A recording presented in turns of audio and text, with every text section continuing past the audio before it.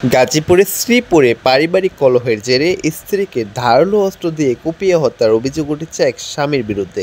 বৃহস্পতিবার বেলা ১১টার দিকে উপজেলার মাওনা ইউনিয়নের কাপাটিয়াপাড়া গ্রামের কামরুল ইসলামের বাড়িতে এই ঘটনা ঘটে।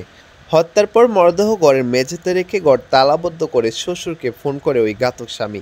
এরপর পালিয়ে যায় তিনি। খবর পেয়ে ঘটনাস্থল থেকে রক্তাক্ত গৃহবধূর মরদেহ উদ্ধার করে পুলিশ।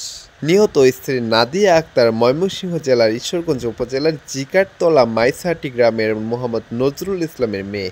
ঘাতক স্বামী আমিনুল ইসলামও একই এলাকার ফখরুদ্দিনের ছেলে, স্থানীয় একটি স্টিল কারখানার শ্রমিক। স্থানীয়রা জানায়, আমিনুল ইসলাম ও তার স্ত্রী নাদিয়া আক্তার কাপাটিয়াপাড়া এলাকায় কামরুজ্জামানের বাড়িতে দীর্ঘদিন ধরে ভাড়া থেকে একটি গার্মেন্টস কারখানায় কাজ করতেন।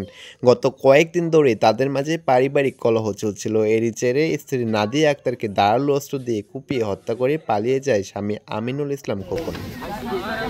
তার স্বামী ফোন দিয়ে জানাইছে আমার আব্বুরে, আবার বাড়িওয়ালার আন্টিরও জানাইছে ফোন দিয়ে যে তারে মাইরে লাইছে।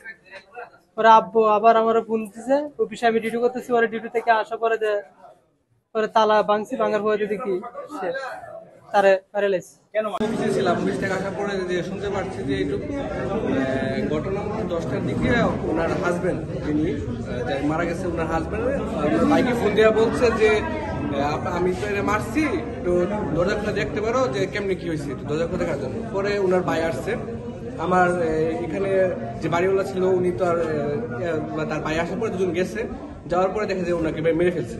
তার ঘর খুলে দেখে তার ভাই তার বোন মাইরাছে। একজন মহিলাকে আর কি জবাই করে ফেলে রাখা হয়েছে। পরে আমরা তাৎক্ষণিক আসলাম, এলাকাবাসী সবাই আসলো, আইসা দেখলাম যে সত্যি মহিলার লাশ ঘরের মধ্যে পড়ে আছে আর কি। পরে এখানে শুনছি যে এখানে তার হাজবেন্ড তার ওয়াইফের গলা কেটে হালায় রেখে চলে গেছে তালা দিয়ে।